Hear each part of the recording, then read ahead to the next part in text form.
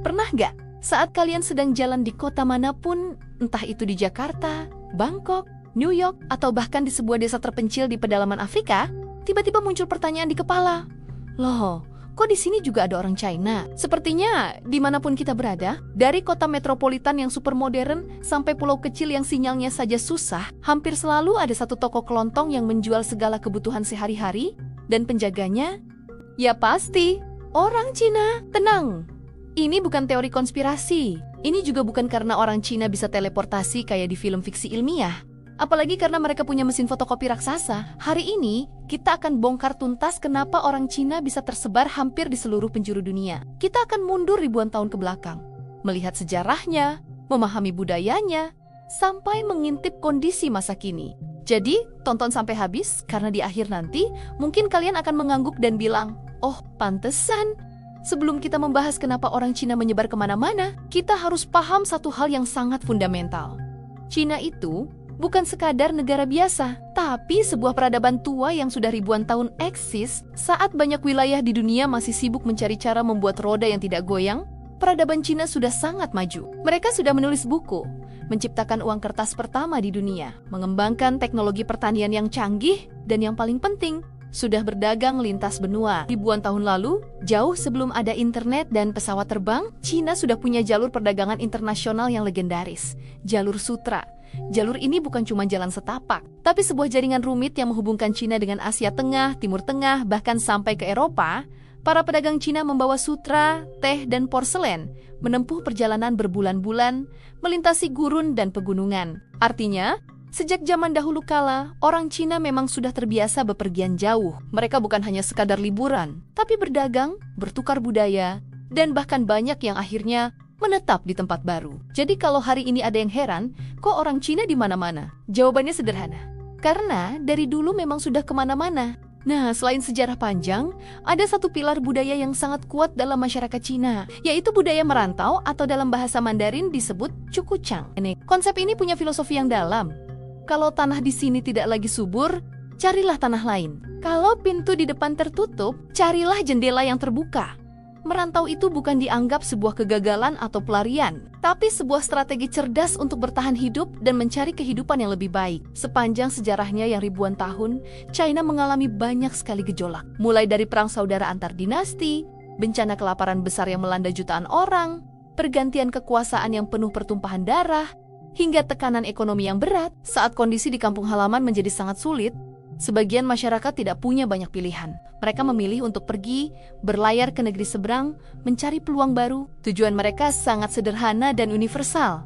Bukan untuk menjajah, bukan untuk menguasai, tapi untuk satu hal mendasar, agar bisa makan hari ini, dan berharap besok masih ada hari esok. Mereka hanya ingin memastikan keluarga mereka bisa bertahan hidup. Mungkin kita semua bisa relate dengan semangat juang seperti ini, bukan? Sekarang, kita masuk ke pertanyaan yang sering muncul. Kenapa sih orang Cina itu identik sekali dengan dagang? Banyak yang mengira ini semacam bakat alami atau ada resep rahasia yang diwariskan. Jawabannya sebenarnya jauh lebih logis dan tidak ada hubungannya dengan DNA khusus bertuliskan skill jualan level dewa. Ini semua terbentuk karena sejarah dan kondisi lingkungan. Di banyak wilayah di Cina, terutama di bagian selatan seperti Fujian dan Guangdong, tanah pertanian itu sangat terbatas. Sementara itu, jumlah penduduknya sangat padat.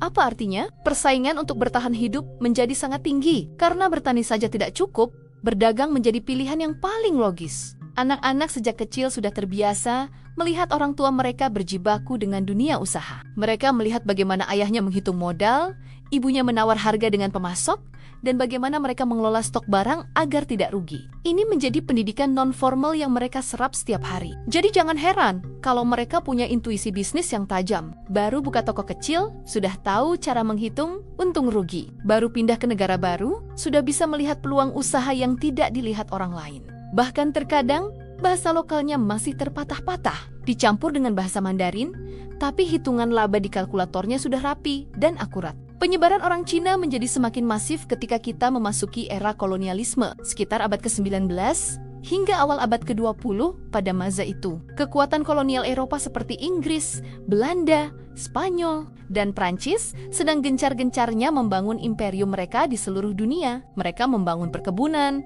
pertambangan, dan infrastruktur di wilayah jajahannya. Untuk semua itu, mereka butuh banyak sekali tenaga kerja. Siapa yang mereka lirik? Salah satunya adalah orang Cina. Orang China dianggap sebagai tenaga kerja yang ideal karena mereka dikenal rajin, terbiasa kerja keras dari pagi sampai malam, dan yang terpenting, cepat beradaptasi dengan lingkungan baru.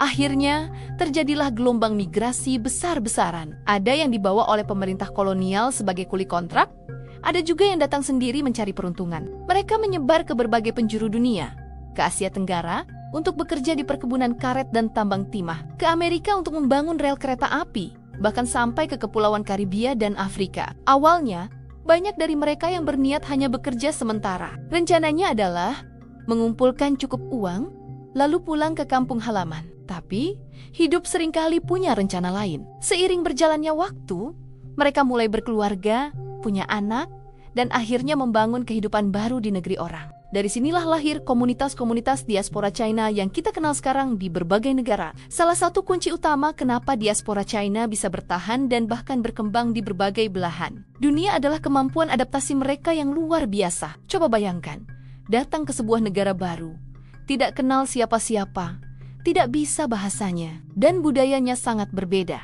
Tapi mereka tidak menyerah. Mereka belajar bahasa lokal.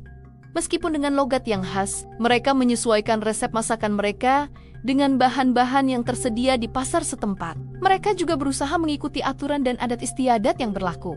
Namun, di saat yang sama, mereka tetap mempertahankan nilai-nilai inti yang mereka bawa dari tanah leluhur, seperti pentingnya ikatan keluarga, etos kerja yang tinggi, dan budaya hemat untuk masa depan. Hasilnya, terciptalah sebuah identitas hibrida yang unik. Mereka bisa hidup berdampingan, berinteraksi, dan menjadi bagian dari masyarakat lokal sambil tetap menjaga warisan budaya mereka. Itulah mengapa di banyak negara muncul istilah-istilah seperti Tionghoa Indonesia, Sino Taiji Thailand atau Chinese American di Amerika. Ini bukan berarti mereka tidak mau menyatu, tapi menunjukkan bahwa identitas itu bisa berlapis. Seperti bawang, punya banyak lapisan, tapi tetap satu kesatuan. Di zaman modern seperti sekarang, arus globalisasi membuat segalanya bergerak lebih cepat, termasuk penyebaran orang Cina. Jika dulu butuh waktu berbulan-bulan naik kapal kayu yang berbahaya untuk pindah negara, sekarang cukup beberapa jam saja naik pesawat. Faktor pendorongnya pun semakin beragam. Banyak anak muda Cina yang pergi ke luar negeri untuk menempuh pendidikan di universitas-universitas ternama.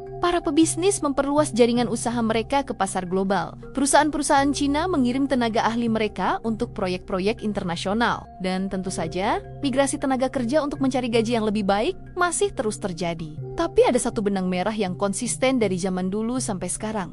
Motivasi utama mereka adalah mencari peluang.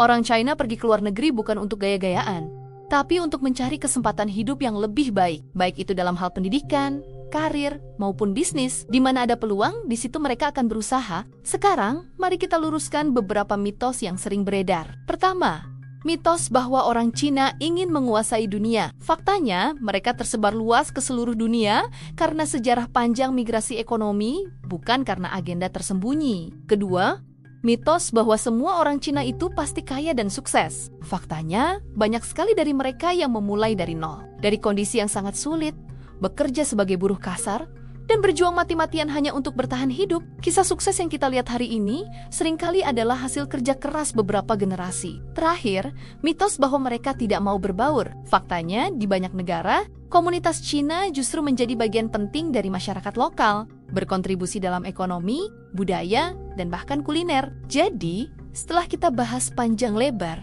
kenapa orang Cina tersebar di mana-mana? Jawabannya adalah kombinasi dari banyak faktor.